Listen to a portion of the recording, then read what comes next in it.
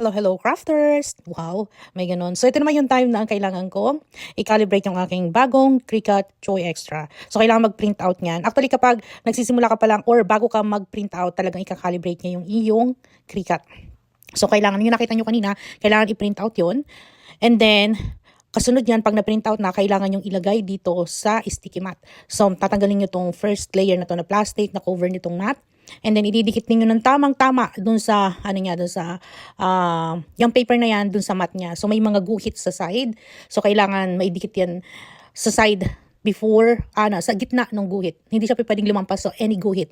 Kasi yun yung size ng tinuturo dun sa calibration. Kasi kapag naman makikita niyo sa computer, ituturo naman yung proper way ng pagdikit nitong papel na to, na print out ninyo. So, kailangan ninyong idikit ng maayos yan para kapag pinasok ninyo doon sa Cricut, hindi siya aangat. Actually, bago pa lang yung mat, so hindi talaga siya aangat kasi napakaganda nung dikit niya. And then, pag nailagay nyo na dyan, kailangan i-push. Ito kasing Cricut na to, itong Joy Extra, wala siya yung portion na siya yung magpupush in. Ikaw magpupush in sa kanya para makapasok siya doon sa line ng may silver na nagro-roll para doon sa papel.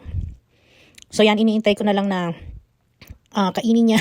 Kainin nung Cricut yung kahit anong push ko, hindi. Kailangan pala talaga push na push siya. Na bago pa lang kasi, hindi ko pa talaga siya hindi ko pa siya nagagamit. So, talagang, wala pa akong ganong idea kung paano yung pala ipupush ng ganun. Yan, nakikita nyo, diba, na ipinush ko ng todo. Tapos, niread niya. So, reading yan twice. Tapos, meron kayong pipindutin dito sa computer niyo na go, ganon, already. Actually, hindi ko na matanda kung ano yung pipindutin or start, something like that, sa computer. Kasi may mga, may mga portion na kailangan mong pindutin sa computer bago siya mag-go or bago siya mag-print. So, yan, babasahin niya. Siguro nakatatlong basa yan bago nangyari na magupit niya yung papel na yan. And then, habang ginugupit niya yan, ito pa yung pinakamaganda niyan. Kailangan, kung ano yung sinushow up dun sa computer, dapat makita niyo yung cut niya, parehong-pareho. Pag hindi, kailangan sagutin niyo hindi. Yes or no lang naman yun. Kaso nga lang, napakahirap makita kung nakasakto siya dun sa guhit na itim, dun sa shape na guhit. Ang tagal kong tinitingnan nyo, talagang sus ko, hirap ako, kinakapa ko pa. And at the end, hindi pala tama yun na nasagot ko dun sa unang question na yun. Kasi, hindi pala align yung pagkakakat niya. Pero naman yun dalawang beses yun na tatlong beses pala siya magkakat sa portion na to para ma-calibrate niya talaga yung tamang cut makuha niya talaga yung tamang cut nung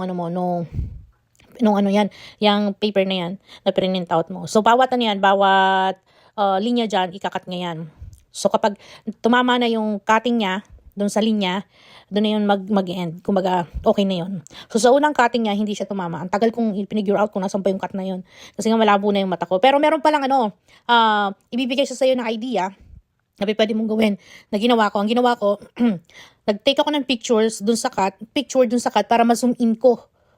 Kasi kapag hindi mo ginawa yun, ang hirap talaga, lalo na pag may problema yung mata mo. Yung reading glasses ko kasi, pang-read ng yun, ay nananakit na rin yung ulo ko doon. So, hindi ko na siya ginagamit. Pinababayaan ko na lang.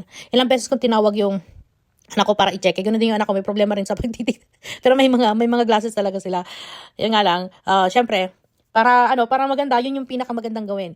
Take a picture dun sa cut, tapos i-zoom in mo para makita mo ng maayos. Kasi ang hirap niyang sagutan. Pag hindi maayos, kailangan yung cut niya talaga nasa gitna ng line na black. Hanggat wala yung yung line na yun, hanggat hindi niya nakakat yung nasa gitna ng line na yun, hindi siya i-stop na i-calibrate or i-ayos yung cutting niya. So, sa third line, kasi ang ikalawa niyan, yung una yung nasa gitna, yung square doon sa gitna. And then yung ikalawa, yung itong mga nasa tabi, by numbering and then by letters. So pipiliin mo talaga yung tamang-tamang cut niya na sinakto dun sa naka-line na black. Yung gitnang-gitna talagang yun. Kasi meron talagang point na masasakto niya yung gitnang-gitna. So yun lang yung mahirap-hirap para sa akin kasi nga masakit sa matang titigan yung mga detail.